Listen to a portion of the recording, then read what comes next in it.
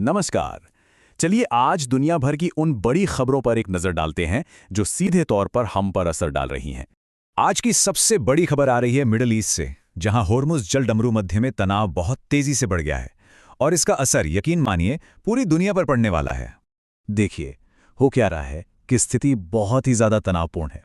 एक तरफ अमेरिका ने नाकाबंदी कर रखी है, तो दूसरी तरफ ईरान लगातार मिसाइलें दाग रहा है और चेतावनी वाले वीडियो भी जारी कर रहा है।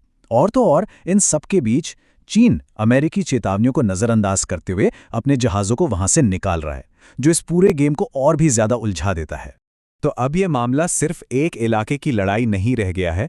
दुनिया के बड़े बड़े नेता इस पर बात कर रहे हैं, क्योंकि इससे वैश्विक तेल की सप्लाई, समुद्री व्यापार और पूरी दुनिया की आर्थिक स्थिरता पर सीधा खतरा मंडरा रहा है। तो सवाल ये उठता है कि हजारों मील दूर हो रहा यह संघर्ष हमारे लिए क्यों मायने रखता है? क्योंकि इसके आर्थिक झटके भारत में अभी से महसूस होने लगे हैं और इसका सीधा असर पड़ रहा है हम सबके घर के बजट पर। पश्चिम एशिया में इस अस्थिरता की वजह से खाने के तेल से लेकर फ्रिज और टीवी जैसी चीजें 15% तक महंगी हो गई हैं। और देखिए, अर्थव्यवस्था के भविष्य को लेकर भी तस्वीर एकदम साफ नहीं है। एक तरफ आईएमएफ कह रहा है कि भारतीय अर्थव्यवस्था में दम है और ये 6.5% की बढ़िया ग्रोथ दिखाएगी, तो वहीं दूसरी तरफ वर्ल्ड बैंक चेतावनी दे रहा है कि अगर ये लड़ाई चलती रही तो दुनिया भर में नौकरियों का संकट आ सकता है। और यही कन्फ्यूजन दिखाता है कि आने वाला वक्त कितना अनिश्चित है। इस आर्थिक उथल-पुथल के बीच सैलरीड लोगों के लिए भी एक बड़ा बदलाव हो रहा है। अप्रैल से जो नए नियम आ रहे हैं, उनके हिसाब से हो सकता है कि हर महीने हाथ में आने वाली सैलरी थोड़ी कम हो जाए, लेकिन भविष्य के लिए जो पीएफ की बचत है वो बढ़ जाएगी। मतलब ये एक तरह का शॉर्ट टर्म एडजस्टमेंट है, जिसका बड़ा फायदा आपको लॉन्ग टर्म में देखने को मिलेगा। तो एक तरफ तो अर्थव्यवस्था की ये कहानी चल रही है, लेकिन दूसरी तरफ देश के अंदर भी बड़े राजनीतिक और ढांचागत बदलाव हो रहे हैं। चलिए देखते हैं कि देश की नब्ज क्या कहती है। संसद में एक बहुत बड़ा प्रस्ताव आया है। लोकसभा की सीटों को 543 से बढ़ाकर 850 कर दिया जाए। ऐसा इसलिए किया जा रहा है ताकि 33% महिला आरक्षण बिल को ठीक से लागू किया जा सके। ये एक ऐसा कदम है जो आने वाले दशकों के लिए भारत के लोकतंत्र को एक नई शक्ल दे सकता है।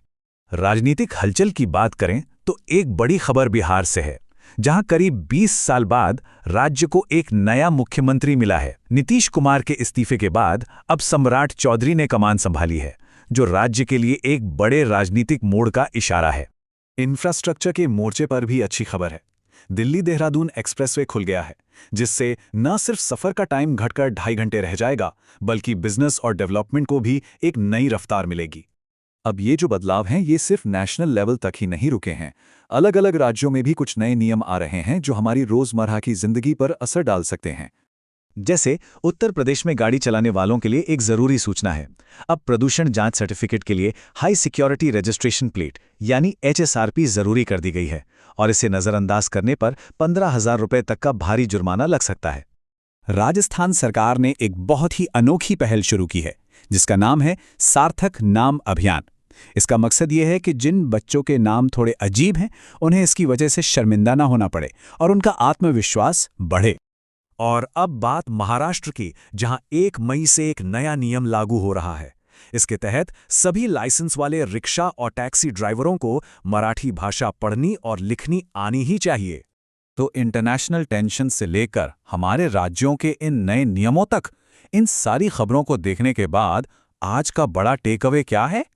मतलब निचोड़ क्या है? आज की जो पूरी कहानी है वो असल में एक ही चीज बताती है कि हम सब एक दूसरे से कितने जुड़े हुए हैं। सोचिए, हॉर्मुज में एक संकट देश की बड़ी आर्थिक नीतियों से लेकर हमारे घर में आने वाले किराने के दाम तक हर चीज को हिला सकता है। और ये हमें एक बड़े सवाल पर लाकर छोड़ देता है। जब दुनिया इतनी तेजी से बदल रही है, तो हम ये कैसे तय करें कि कौन सी खबर असल में हमारे जीवन पर सबसे गहरा और लंबे समय तक असर डालने वाली है?